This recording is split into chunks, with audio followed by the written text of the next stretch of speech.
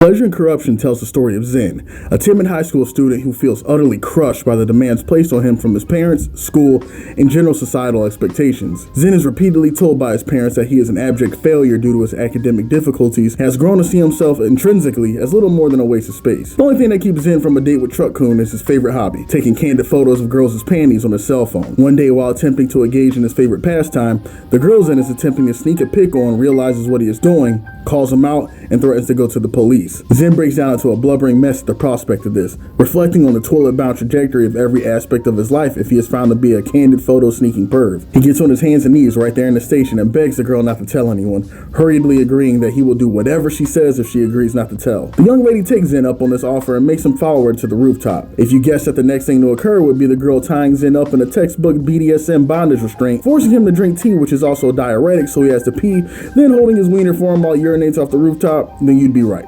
Welcome to Pleasure and Corruption, the story of a sadist girl meeting an unknowingly masochistic boy, and the two's journey of sexual self-discovery through increasingly higher stakes acts of exhibitionism that would be sure to make your mom cry. I ended up enjoying the first volume of this manga a fair bit, and I think a great deal of it had to do with the pacing, art, and thought-provoking dialogue about the nature of addiction and human nature. I think one of the most well-done parts of Pleasure and Corruption is how well the author Someya weaved together the narrative's moments of tension and release. It's actually quite poetic that this would be one of the manga's strongest points, considering its basis in the subject matter of bondage culture and how significant the concepts of tension and release are within S&M play as a whole. The different chapters of Pleasure and Corruption seem to follow a general format of Zen walks in a situation, Zen is tied up and threatened to be sexually and socially humiliated by Ayame, the bondage expert girl, Zen is on the cusp of being exposed while tied up and seen as a massive perv, something random happens, and saves Zen from utter humiliation. While it did become a bit formulaic after a while, it was always fun seeing the creative situations the mangaka managed to put Zen and Ayame in, and how Zen would find a way out of the utterly hopeless situation that he was in. You know, the more I talk about it, the more I realize that this manga is a lot like a shonen anime,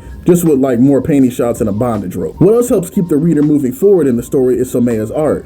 I really appreciated how Someya accentuated Ayame's femininity in the margins of her character. Small things like showing the slight skin indentation marks that form where Ayame's thighs and stockings meet, accentuating the fullness of her lips when she's drinking a water bottle, showing brief glimpses of her backside when she bends over to tea Zen. Someya did a great job of expressing the attractiveness of Ayame while also showcasing the powerful and domineering attributes of who she is, and she's definitely the star of the show in any scene that she's in, as any dominatrix queen should be. And last but certainly not least, I have to make mention of the themes and dialogue that ended up really making me appreciate this manga. I won't lie, when I was reading the first 10 to 15 pages of this thing, I thought it was going to be a straight Aku no Hana ripoff, but with less intelligence. And while I would be lying if I said I didn't see significant parallels between the two stories, I think Pleasure and Corruption still has its place narratively. I came to appreciate the story's spotlight on addiction and how when someone is truly addicted to something, despite knowing all the drawbacks of their addiction and the reality that they know their life would be better without it, when their drug of choice is thrust in front of them, all agency goes out the window and they can't help but indulge themselves. Ayame seems to have an affinity for the sadistic and teasing men she feels are weaker than her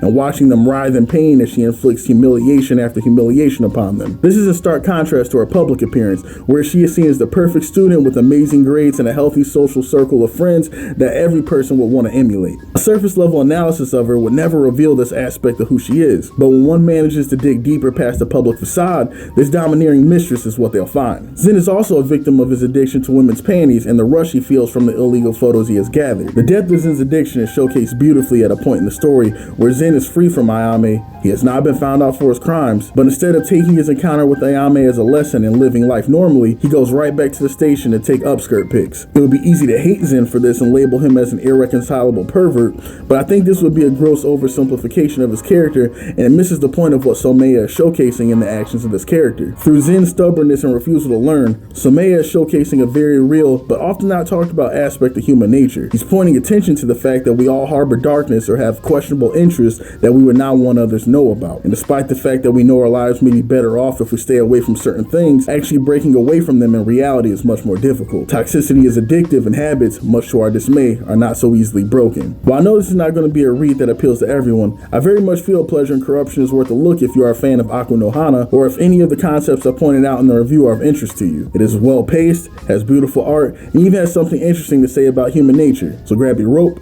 choose a safe word, and go read Pleasure and Corruption.